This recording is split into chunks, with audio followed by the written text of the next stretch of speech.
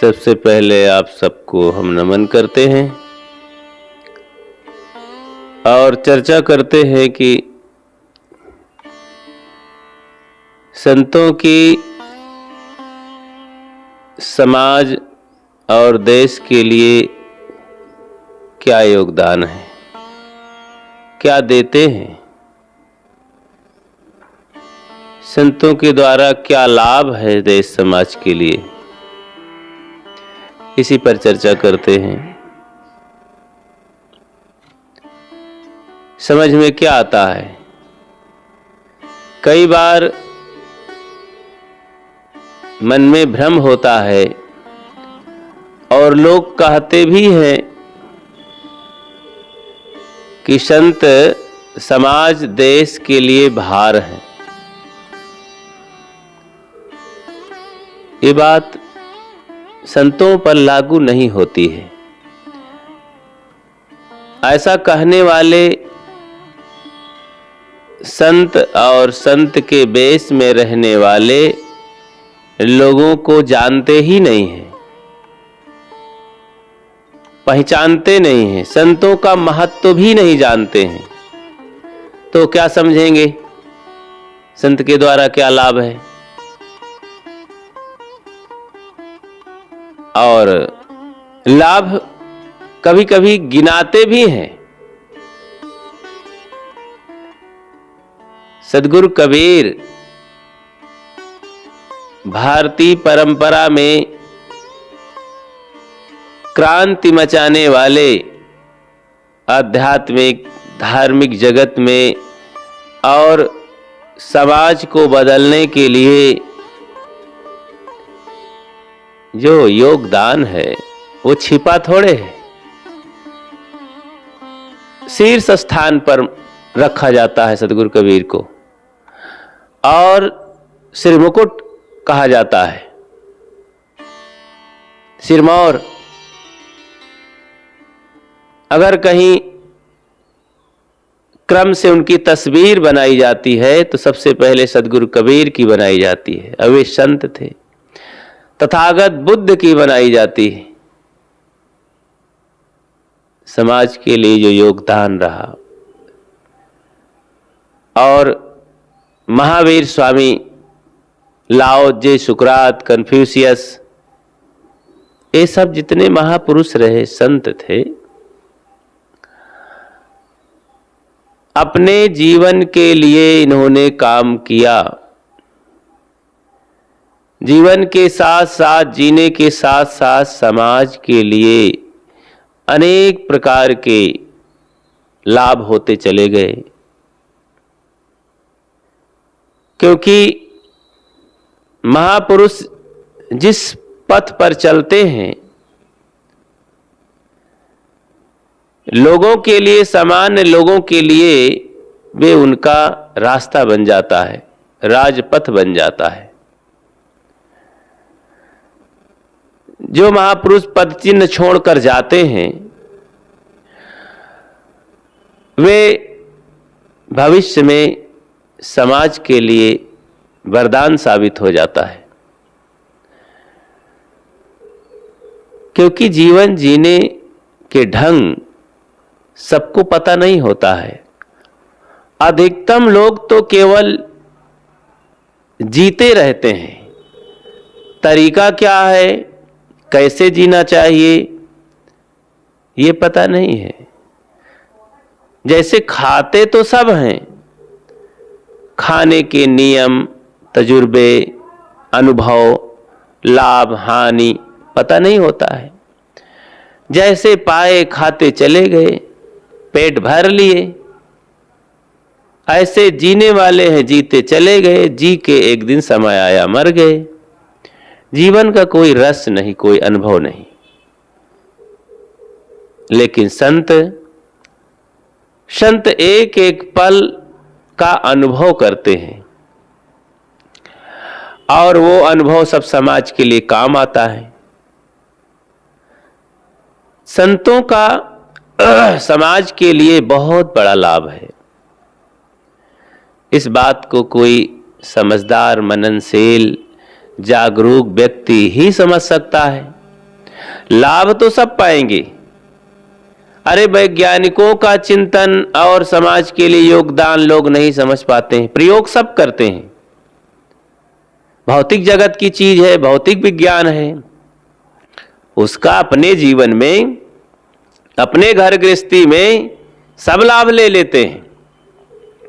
देखो, साइकिल एक विज्ञान है, लेकिन अनपढ़ अनाड़ी गरीब से गरीब आदमी भी साइकिल चढ़ लेता है, लाभ ले लेता है। आज देखें, मोबाइल एक सर्वश्रेष्ठ विज्ञान है, मनुष्य के दिमाग की उपज है। सामान्य आदमी उसे क्या जाने, लेकिन सामान्य आदमी भी अच्छी तरह उपयोग कर लेता है।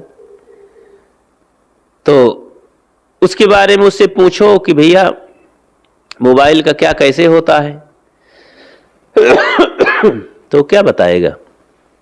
बस बटन दाब के कान में लगा लेता है, बटन दाब के नंबर मिला देता है। इतना सीख लिया तो उसका काम चल गया। खूब बात कर लेता है, सुख दुख मना लेता है, काम कर लेता है। ऐसे ही धार्मिक अध्यात्म जगत में संतों का जो लाभ है, जो बोया हुआ बीज है, प्रचार प्रसार है, योगदान है, उसका लाभ सभी प्राणियों के लिए मिलता है, मनुष्य ही नहीं, सभी प्राणियों के लिए जो धरती पर शरीरधारी हैं। तो आइए थोड़ा सा उस पर गिनती करते हैं, क्या क्या लाभ है संतों की, समाज को क्या देन है। सबसे पहले तो जो संत हैं वो गृह का त्याग कर देते हैं। जैसे 15-16 साल की उम्र हुई, क्षमता आ गई, समझदारी बढ़ी, तो अपने माने हुए जन्म स्थान जहां वो जन्मा है उस घर का ही त्याग कर देता है। अब उस घर को पाने के लिए, उसमें हक जमाने के लिए जिन भाई बंधुओं ने अपना हक पद बता करके और एक एक इंच जमीन के लिए लड़ते हैं, मरते हैं, मुकदमा करते हैं, जीवन भर के लिए दुश्मनगी कर लेते हैं, उसको वो त्यागी, वो महात्मा हंसते हंसते आधी रात को छोड़ करके चला जाता है और अपनी जुबान में लाता भी नहीं है कि मेरा वहां कोई जमीन है, मेरे नाम से है, मेरा घर है, मेरा शब्द ही नहीं लाता है। जल्दी गृह त्याग कर करके गुरु शरण चला जाता है। समाज के लिए ये महात्याग शिक्षा लेना चाहिए। उन संसारी लोगों को, गृहस्थों को, संतों से शिक्षा लेना चाहिए कि जिन एक एक वस्तुओं के लिए, चीजों के लिए नर नारी दुखी होते हैं, लड़ते झगड़ते हैं, जिंदगी को बर्बाद कर देते हैं, उस एक त्यागी से, एक महात्मा से सीखें कि वो सब छोड़कर चला आया है। सादगी उससे सीखना चाहिए। उन्होंने समाज में वे रह करके अपने जीवन में सादगी का जीवन अपनाते हैं, पसंद करते हैं, उसी में राजी होते हैं। कपड़े में हो, खाने पीने में हो, चलने बैठने में हो, रहने बसने में हो, हर चीज के लिए वे सादगी पसंद करते हैं और उसी में खुश रहते हैं, मगन रहते हैं, अपनी मर्यादा समझते हैं, अपनी उसी में शांति और इज्जत समझते हैं। यही तो महात्मापन है, यही तो साधु जीवन है, यही तो साधना है।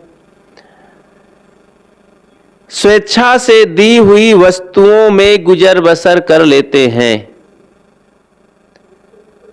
पहले तो मांगते नहीं, अगर शरीर पोषण के लिए मांगना भी पड़े तो एक घर, दो घर, चार घर से लेकर के थोड़ा सा कुछ सादा बोदा जो भी भोजन मिल जाता है, शुद्ध साफ स्वल्प, उसमें गुजारा करके समाज के लिए वे मोमबत्ती की तरह जीते हैं।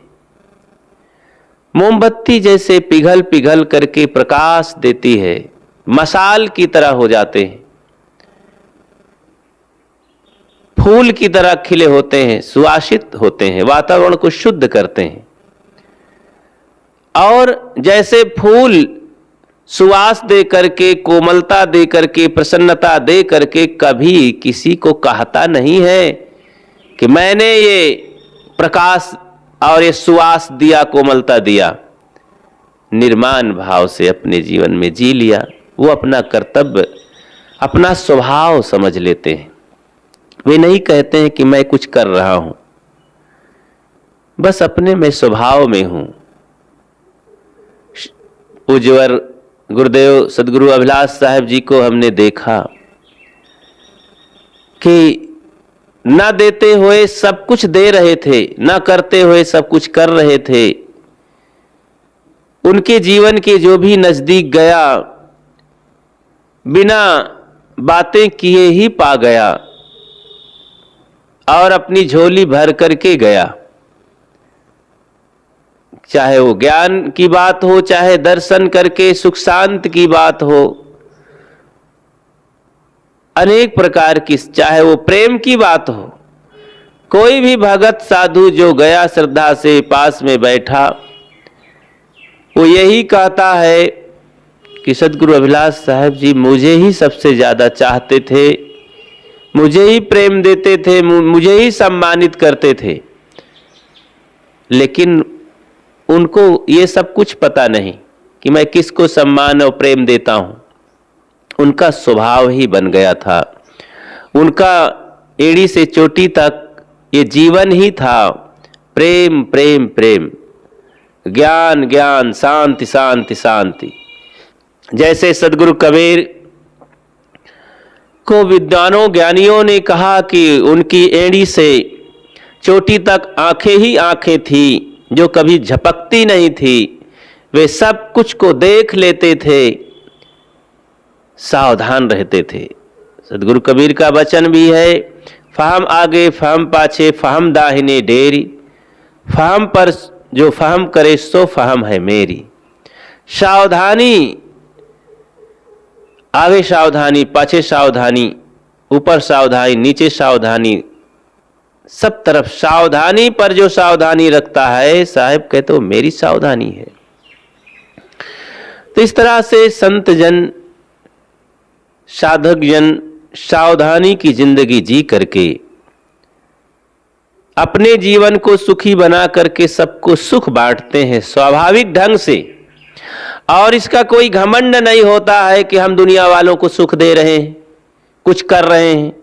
निर्माण निष्काम भाव से, मैं नहीं, मैं बस अपना काम कर रहा हूं, अपनी जिंदगी के दाग को मिटा रहा हूं।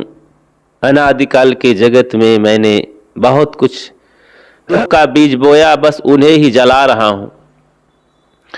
लेकिन ये सब काम करने में दुनिया वालों के लिए बड़ी बड़ी पुस्तकें निकल जाती हैं, बड़ी बड़ी शिक्षाएं, बड़े बड़े उदाहरण निकल जाते हैं। एक एक उनके तौर तरीके से दुनिया वालों के लिए बहुत बड़ी बड़ी शिक्षा सूत्र निकल पड़ते हैं। तो महात्याग की शिक्षा संसार को मिलती है संतों से, सादगी की शिक्षा मिलती है, और तीसरे नंबर में हम ले सकते हैं ब्रह्मचर्य व्रत। संसारी लोग छोटे छोटे तमाम व्रत धारण करते हैं, लेकिन एक महाव्रत वे धारण करते हैं। संसार के लोग जिसको लेकर के अनेक विपत्तियां बनाते हैं, बड़े बड़े संकट खड़े कर लेते हैं, दुख खरीद करके लाते हैं और खूब भोगते हैं, दुखों में पूरी जिंदगी बिता देते हैं।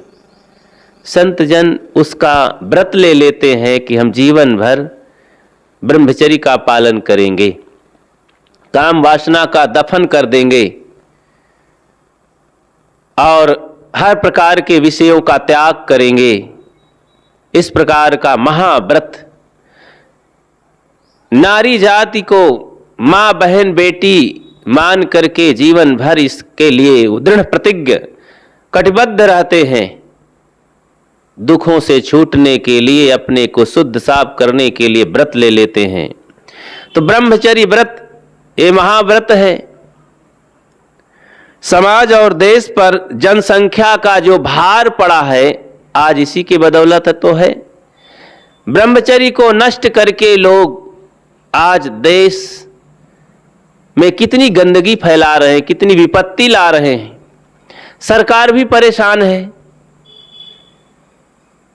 और जनसंख्या नियंत्रण के लिए अनेक कृत्रिम साधन दे रही है और करोड़ों करोड़ों अरबों अरबों रुपए खर्च करके भी वे जनसंख्या नियंत्रण नहीं कर पा रही है। अनेक प्रकार की सुविधा दे करके, लल्लो पत्तो करके भी लोगों का मूड बदल नहीं रही है और इसी पशुता में पड़ करके लोग दुख भोग रहे हैं। संतों के द्वारा इस देश को, समाज को कितनी बड़ी शिक्षा मिल रही है। सहज ही नियंत्रण, जनसंख्या नियंत्रण कर रहे हैं संत जन। अगर देश में अच्छे संत अगर 10,000 मान लें, केवल 10,000 मान लें, देश में अगर अच्छे संत हैं, साधक संत हैं, विवेकी हैं, विचारवान हैं, तो इस ब्रह्मचर्य का पालन करके जिसमें लाखों लाखों करोड़ों लोग हो सकते थे, आज वो अपने ब्रह्मचर्य के बल से समाज के लिए कितना योगदान दे रहे हैं। उनके लिए क्या सरकार कोई कॉलोनी दे रही है कि कोई और सहयोग दे रही है कि कहीं नौकरी दे रही है कि कहीं कोई तनख्वाह दे रही है कि कोई पेंशन दे रही है? संत को ये चाहिए भी नहीं, वो कहते भी नहीं है।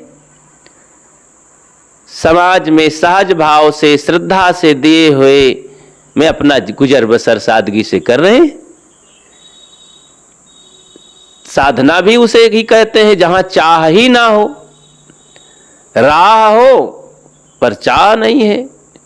अपने राह में वो खुश रहते हैं, प्रसन्न रहते हैं। लेकिन ये संसारिक इच्छाएं को मार करके सहज कल्याण, शांति, मुक्ति की इच्छा, पवित्रता की इच्छा, समाज को सुख पहुंचाने की इच्छा, निर्भर जीवन जीने की इच्छा में निमग्न रहते हैं। तो इस प्रकार से संतों के द्वारा जो एक एक देश समाज के लिए हित है, बड़ा ही चिंतनीय है, याद करने लायक है। तो ब्रह्मचर्य व्रत से समाज और देश पर जनसंख्या वृद्धि की समस्या का स्वाभाविक समाधान निकल आता है। कोई दवाई, कोई बातचीत, कोई मीटिंग, कोई कैंप लगाने की जरूरत नहीं है। हजारों हजारों डॉक्टरों को कैंप लगाने की जरूरत नहीं है।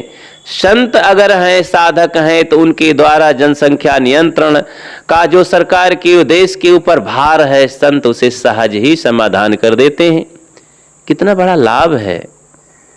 और उनके इस ब्रह्मचर्य व्रत से नारी जगत को कितना खुशहाली मिलती है, कितना सुख सुविधा और निर्भयता मिलती है कि जो लोग ब्रह्मचर्य खंडन करके, नष्ट करके नारी के ऊपर कितना बड़ा भार, कितना ऊपर सिरदर्द, कितना खतरनाक, कितना आतंक मचाए हुए हैं लोग।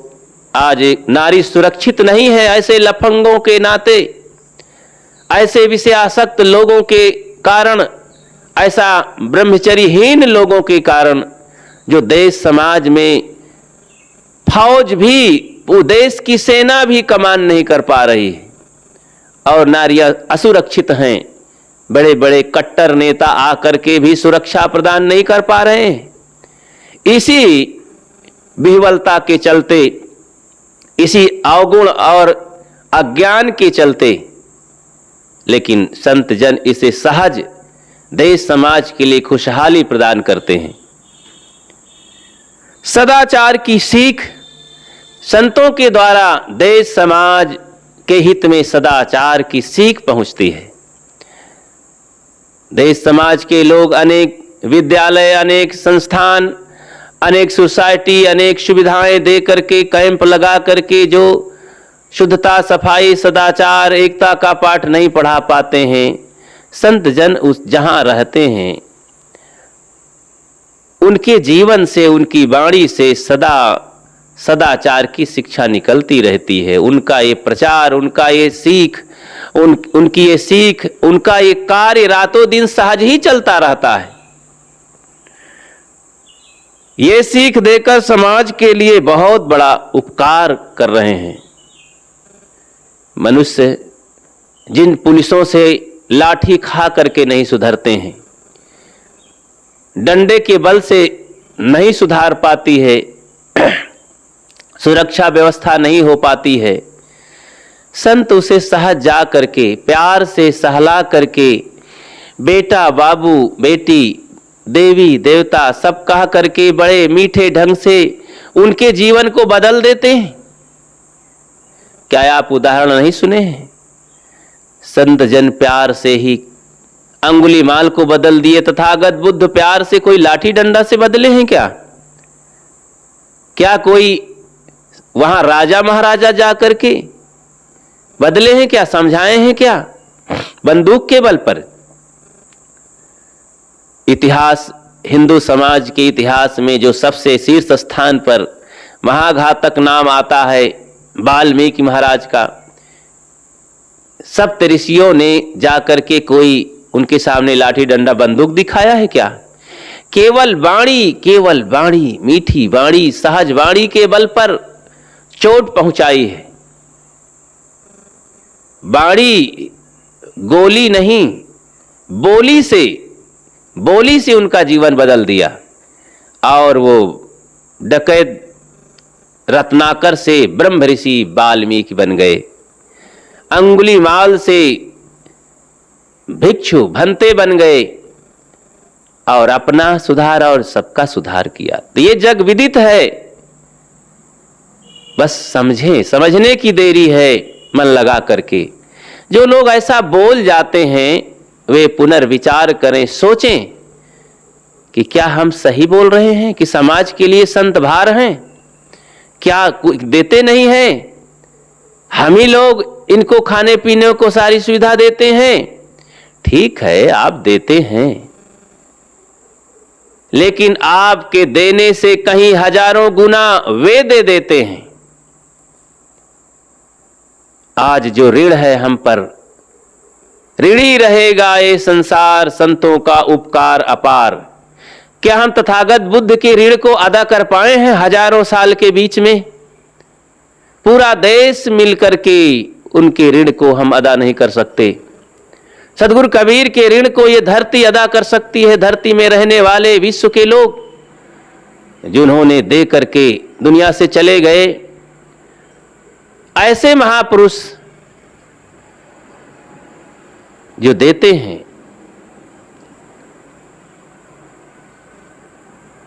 तो संतों के द्वारा एकता का पाठ,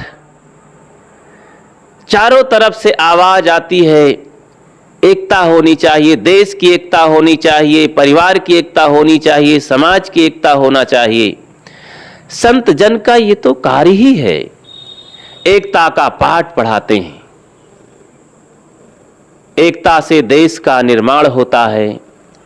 एकता का दीप जलाओ आज घर घर में, एकता ही आजादी का पैगाम होता है। एकता से देश आजाद हुआ, एकता से ही देश चलता है, सरकारें चलती हैं, समाज बदलता है, घर में स्वर्ग उतरता है। एकता से भाई भाई देवता हो जाते हैं। एकता कितनी बड़ी चीज है, संत जन उसे सहज ही एकता का पाठ पढ़ाते हैं। कितना बड़ा हित है, सोचना चाहिए। और छठवां लाभ देश समाज के लिए स्वावलंबीपन।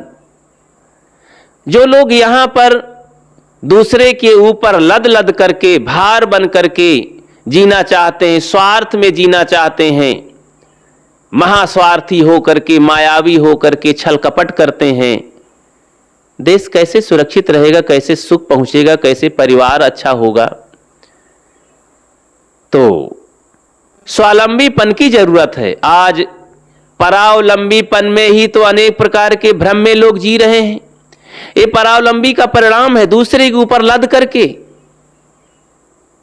आज माता पिता से आदमी स्वार्थ चाहता है, अपना पूरा करना चाहता है, भाई से स्वार्थी बन करके, समाज से स्वार्थी बन करके, देश से स्वार्थी बन करके जीना चाहता है। स्वावलंबीपन कहाँ है? परावलंबीपन। दूसरा लोग मेरा सब कर दे, मैं बैठा रहूं, दूसरे लोग मुझे सारी सुविधा बना दें। बच्चा यही करता है, पिताजी मेरे सब बना दें, कर दें घर गृहस्थी में, मैं बस बैठे बैठे खाऊं। देवी देवता ईश्वर परमात्मा से यही स्वार्थी लोग तो सब कह रहे हैं, भगवान हमें दे दे, फिर कुछ करना ना पड़े। यही चाहत के चलते तो आज सारा समाज अंधविश्वास से गुजर रहा है और विकलांग है, वैसाखी के सहारे जी रहा है। संत कहते हैं, कर बहिया बल आपनी, छाड़ बिरानी आस, जाके आंगन नदिया बहे, सो कसमरे पियास। जौलो कर डोले पगुचाले, तौलो आस न कीजे। महामना महान संत सदगुरु कबीर की ये वाणी है, समाज के लिए, देश के लिए और यहाँ के मनुष्यों के लिए। उनकी बातों को जीवन में धारण करके आदमी स्वावलंबी हो जाए तो कोई अंधविश्वास की जरूरत नहीं है।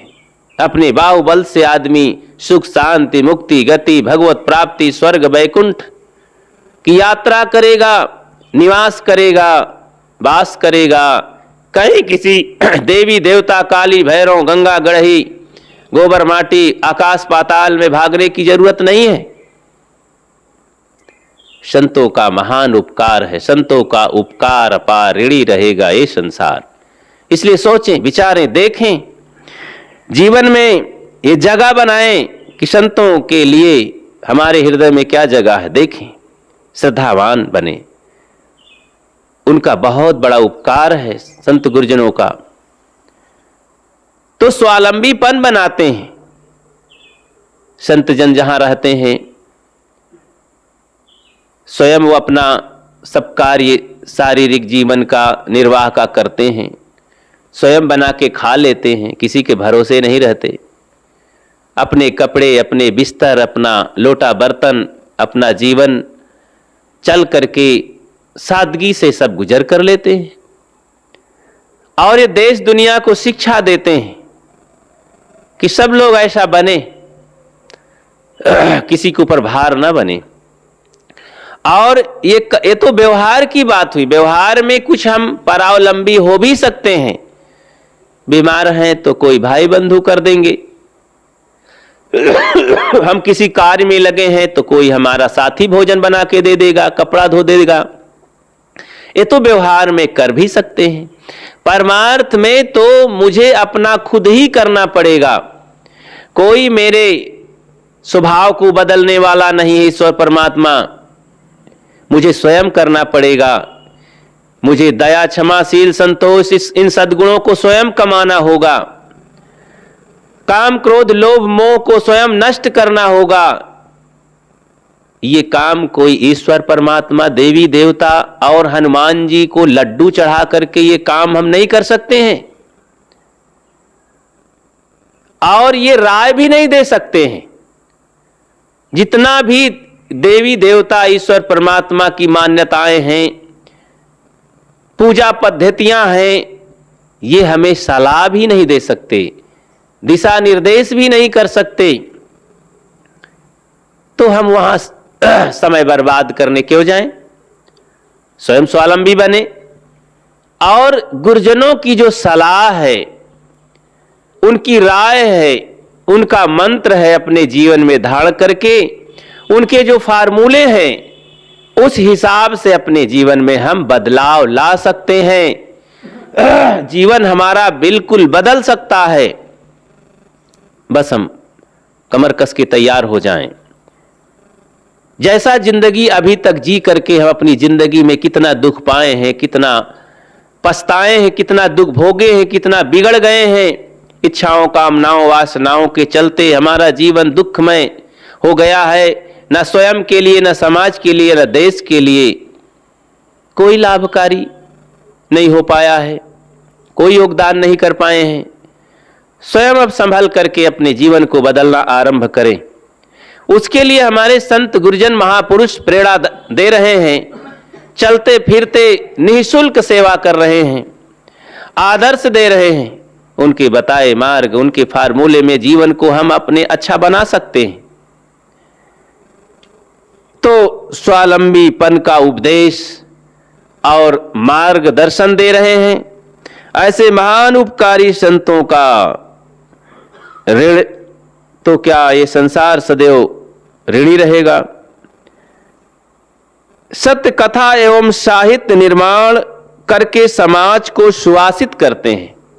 ये जो जितने ग्रंथ अधिकतम हैं, संतों ने अपने एक एक पल को तपा करके ये दिया है अपना अनुभव रस। महान ग्रंथ, अच्छे अच्छे साहित्य, बौद्ध समाज के इतने जो साहित्य हैं, जैन समाज के इतने जो साहित्य हैं, सदगुरु कबीर विचारधारा में इतने साहित्य हैं, वैष्णव विचारधारा में इतने साहित्य हैं, सन्यासी हो और अनेक मत पंथों में जितने अधिकतम साहित्य हैं, तो क्या इन साहित्यों को रचने वाले, बनाने वाले, ये गृहस्थी में जीने वाले, संसारी जीवन जीने वाले, अनेक विकारों से ग्रसित रहने वाले ही दिए हैं क्या? अरे संसारी जीवन जीते रहे तो भी वे बड़ी संयम का जीवन संतों के ही बताए मार्गदर्शन के द्वारा जी करके तब वो ग्रंथ लिख पाए हैं।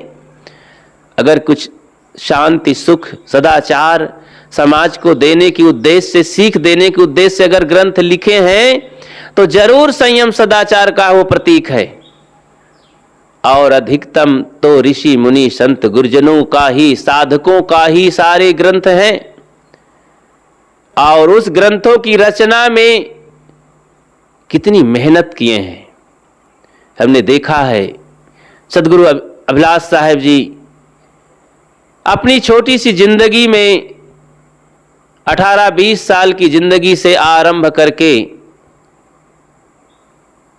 और जबकि वे कोई स्कूल की पढ़ाई उनके पास नहीं थी, स्वयं अपने बाहुबल से, अपनी बुद्धि बल से, अपने ज्ञान और पुण्य बल से, वैराग त्याग के बल से कुछ सीख करके, भाषा का ज्ञान प्राप्त करके, अभ्यास बल से, और भीतर की बातें कॉपी में, डायरी में कलम चला करके टाँक दिया, और लिखते लिखते लिखते विश्व स्तरीय ज्ञान जो फैला, आज उससे करोड़ों करोड़ों लोग लाभ ले रहे हैं। जो भी उन ग्रंथों को पढ़ता है छोड़ नहीं पाता है, और एक एक लाइन हीरे मोती की तरह है। जैसे कोई किसी को हीरा मोती मिल जाए तो छाती से लगा करके और भुना भुना करके जीवन भर खाता रहे, ऐसे ही समझ में जिसके आ गया उन ग्रंथों की लाइन, जीवन ही बदल जाता है। कितनी मेहनत के बल पर उन्होंने 150-200 प्रकार के ग्रंथ दिए मानव समाज के लिए, और जीवन भर लगभग 65-70 साल की जिंदगी वे समाज के हित में साल में 7-8 महीना लंबी लंबी यात्राएं करते रहे, ठंडी में, गर्मी में, और कभी निरस्त नहीं किए अपने कार्यक्रम को, समाज की सेवा के लिए काम करते रहे। ऐसे सदगुरु कबीर विचारधारा में अनेक संत हुए। सदगुरु कबीर 120 साल की जिंदगी में देश विदेश जाते रहे। कितना बड़ा आंदोलन, कितना बड़ा अभियान था मानव समाज के लिए। ये कहां भूले हैं लोग। आंखों के सामने पर्दा हटा करके विचार करना चाहिए, चिंतन करना चाहिए और श्रद्धा विनयावनत हो करके संतों के उपकार को जीवन में धारण करके अपने जीवन को बदल लेना चाहिए। यही तो असली जिंदगी है। इसीलिए संतों का जो प्रयास, मेहनत है, तो सत्य कथा कह करके, वाणी से बोल करके समाज के लिए बहुत बड़ी देन है। ग्रंथ लिख करके और हजारों हजारों साल के लिए जो समाज के लिए जो योगदान है, बहुत बड़ी देन है, बहुत बड़ी सुवास छोड़कर गए हैं। सदा समाज के लोग ऋणी रहेंगे और ऋण को अदा नहीं कर पाएंगे। इसलिए संतों का महान उपकार है, बहुत बड़ी देन है देश के लिए, समाज के लिए, मानव जगत के लिए। तो हम सबको भूलना नहीं चाहिए। रात दिन चिंतन मनन करके उनकी वाणी को, बताए हुए सहज मार्ग को, अनुभव वाणी को अपने जीवन में धारण करके हम जहां भी रहें आनंद प्रसन्नता की जिंदगी, सहज जिंदगी जी सकते हैं। अपने लोगों में हम प्रेम से हंसते मुस्कुराते रह सकते हैं। अपने जीवन को हम निदाग जी सकते हैं और जिसे हम कहते हैं गति, मुक्ति, स्वर्ग, वैकुंठ, सुख, शांति, ये सब संतों के बताए मार्ग में हम अपने जीवन में प्रकट कर सकते हैं। सारी शक्तियां हैं, वो शक्तियों को जागृत करने की संतों ने हमें युक्ति दिया है, साधन दिया है। बस प्रकट करने की, मेहनत करने की जरूरत है। इसलिए हम संतों के उपकार को याद करें और अपने जीवन में धारण करें। आज इतना ही।